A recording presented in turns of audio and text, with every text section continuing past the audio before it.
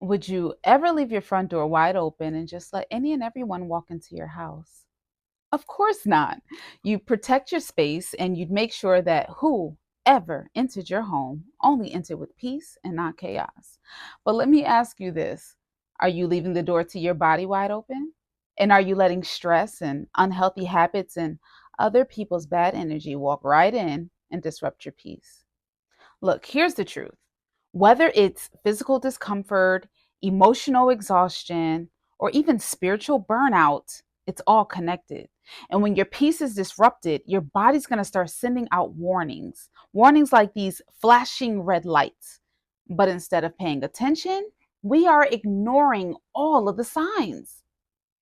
Disruption doesn't always look like toxic relationships.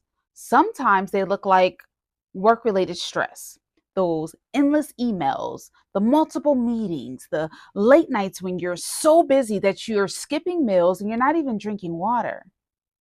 Sometimes it looks like people pleasing, saying yes to the things that you really don't want to do, but you do it anyway because you don't want to disappoint anyone. It also can look like ignoring your body, that headache you had all week, that bloated, uncomfortable feeling after every meal, that itch or that odor you've been ignoring. All of these are your body way of saying, hey, something's wrong, something is not right. We obey the signs of the road every day. There's stop signs, there's yield signs, there's warning signs. But when our body says, slow down, we run right through it until we crash. And then that crash looks like burnout. It looks like infections. It looks like anxiety or just total exhaustion. Our body speaks to us all the time. We just have to start listening. And here's how.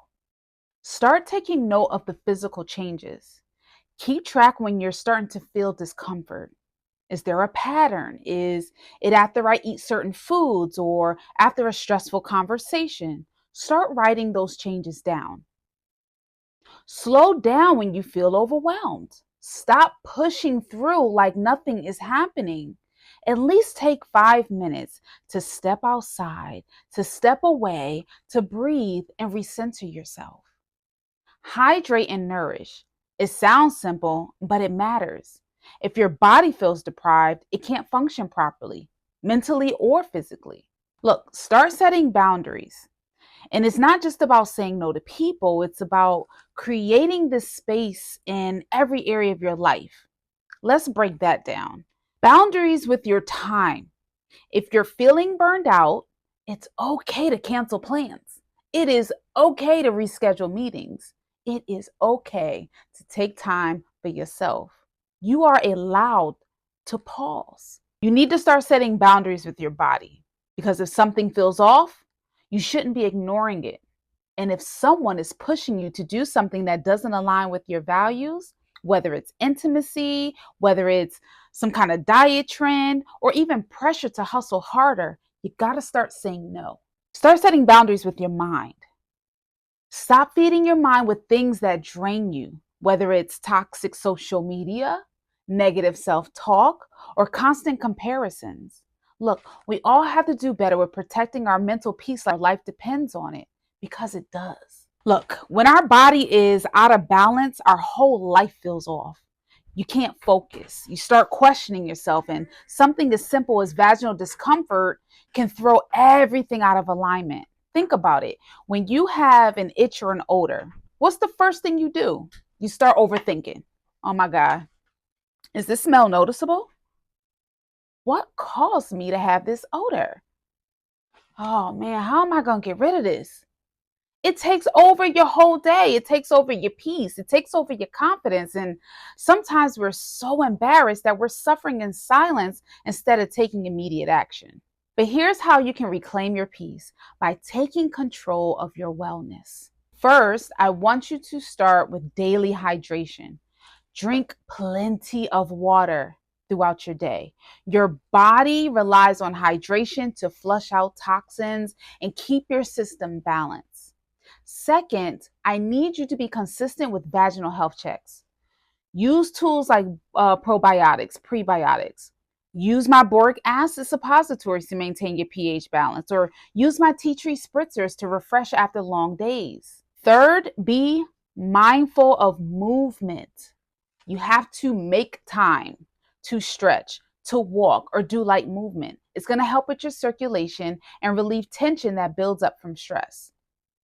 So here's what I want you to remember. Self-care is not a luxury, it's maintenance. And when you take care of yourself consistently, you're preventing bigger disruptions down the line.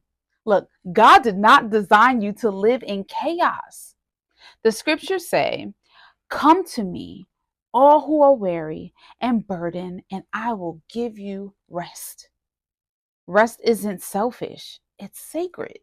And when you rest, you're trusting that God will carry what you can't. So stop thinking you have to do it all. You have to hold it all. You have to handle it all on your own. Taking care of your body and your peace isn't weakness, it's obedience. So, what's been disrupting your peace? Is it work? Is it a relationship? Is it negative? Well, it's time to start identifying it so we can confront it and make a change. Here's my challenge for you. I want you to write down 3 things you need to release or change in order to reclaim your peace. Just 3 things. Then I need you to write down 3 things you can add to your life to protect that peace, whether that's prayer time, self-care routine, or simply just saying no more often. And remember, your peace isn't just emotional, it's physical too. When you honor your body, you honor your spirit. So take control, set boundaries, and step fully into your power.